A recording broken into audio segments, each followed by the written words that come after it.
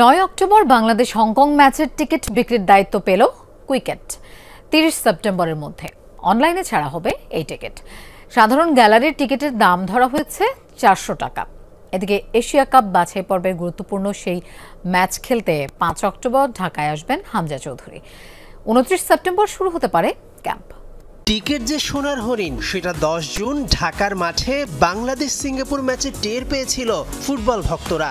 আসন সংখ্যার ১০ গুণ মানুষ একই সময়ে টিকিফাই ওয়েবসাইটে ক্লিক করায় সার্ভারই ডাউন হয়ে গিয়েছিল।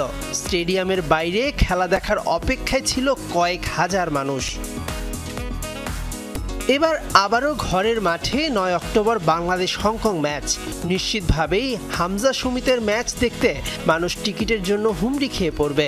জটিলতা কমাতে এবার টিকিফাইকে বাদ দিয়ে টিকিট বিক্রির অনলাইন প্ল্যাটফর্ম কুইকেটকে বেছে নিল বাফুফে।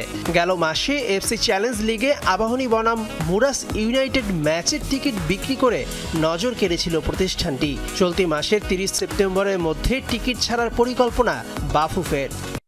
দেওয়ার কারণ কি? ওদের কারণ ছিল ওনাদের প্রাইস, ওনারা যে অফার দিয়েছে প্রাইস ওয়াইজ বাফুফের বেনিফিট আরো বেশি। মানে যেটা আমরা এক্সপিরিয়েন্স করেছিলাম ওটা থেকে শিক্ষা তো হয়েছে প্রথম খেলার থেকে।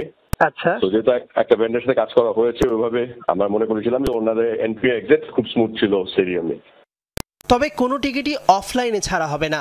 সাধারণ গ্যালারির টিকিটের দাম ধরা হয়েছে সর্বনিম্ন ৪০০ টাকা।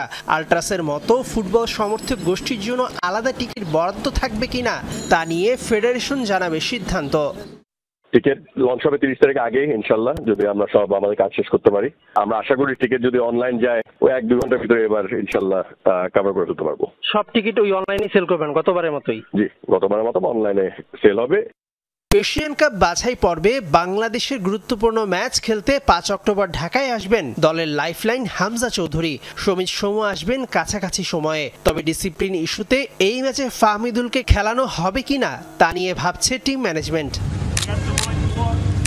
৯ অক্টোবর ম্যাচ খেলতে হংকং আসবে ২ থেকে ৩ দিন আগে। হেড কোচ হাভিয়ের কাবরেরা ঢাকায় আসার পর ২৯ সেপ্টেম্বর শুরু হতে পারে ক্যাম্প।